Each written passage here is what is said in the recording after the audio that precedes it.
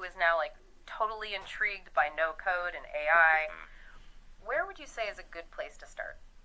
Well, Blue Collar Tech actually has some good advice on this. He really emphasizes starting with a problem that you're genuinely interested in solving. Right. It's got to be something that like sparks your curiosity, makes you want to like dive in and learn. Exactly. It could be anything from, automating some tedious task at work, to building a simple website to showcase your photography. Yeah. The key is just to find that project that really gets you excited. I think that's so key, because when you're passionate about something, Totally. the learning process just feels less like a chore and more like an adventure. Absolutely. Yeah. Once you have that idea, the next step is to start exploring the different no-code platforms out there. Okay. There's a whole ecosystem of tools designed for different purposes, whether it's building websites, creating apps, automating workflows, managing data, you name it. Yeah, it can feel kind of overwhelming at first, I imagine. It definitely can be. Yeah. That's why Blue Collar Tech recommends, starting with one platform that aligns with your project goals. Makes sense. And you can always expand your toolkit later on. Right, as you get more experience and more confidence. Yeah, exactly. Yeah, it's like building a collection of tools, each one serving a specific purpose. That's a good way to put it. And I mean, there are so many resources available online now to help you. Oh yeah, tons. Like there are tutorials, articles, communities, even no-code boot camps that can provide guidance and support. I've seen some incredible communities pop up around specific no-code platforms. Wow. People are sharing their projects, helping each other troubleshoot problems. That's so cool. Even collaborating on new ideas. It's really. Yeah, you betcha. There's tons of those communities out there. Like Twitter's obviously a big space for all of this. GitHub, Replit, all these different platforms where you can share ideas. You can actually just go in and create forks of other people's works. And there's nothing wrong with it. Like it's not frowned upon. It's all open source code. So like sometimes, like for example, this Taskmaster that I built. I'll just make this public because I built this in Replit, and I'll make it public. So if someone else is like, oh, that's kind of a cool idea, but I don't really like the layout. I just like the general idea between the tasks and the portfolio and stuff like that. They like some of the features, but they want to make it better or make it their own. They can just click one button and they will copy all of the code and get the same app that I have, but then they can go in and customize the code to build it however they want it.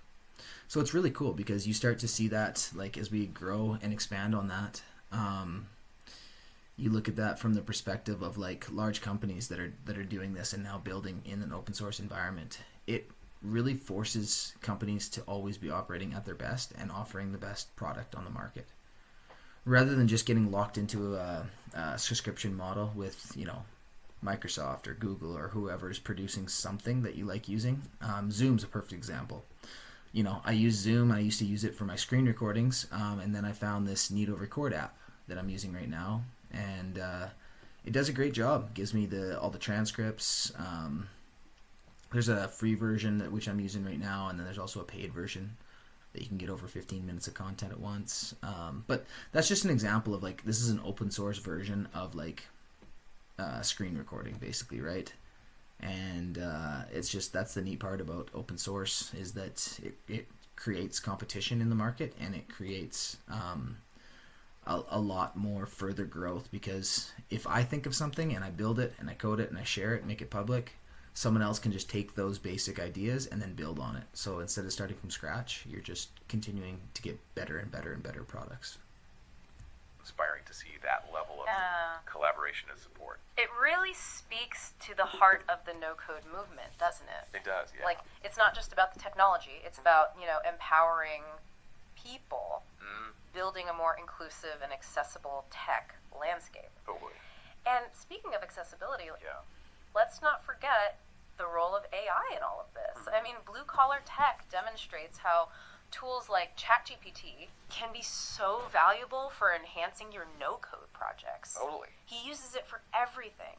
Generating ideas, writing copy, automating tasks, personalizing user experiences. It's amazing how seamlessly those AI tools are being integrated into our workflows now. But it's important to remember, right?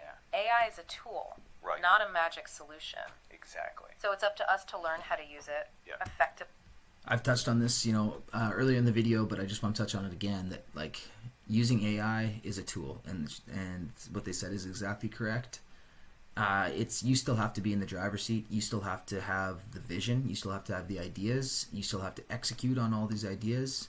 You have to use the different AI tools and figure out how they work together, and then you have to, you're still the one driving the ship here. They just are very good at executing specific tasks, but you need to take it upon yourself to learn and understand as much as you can about it.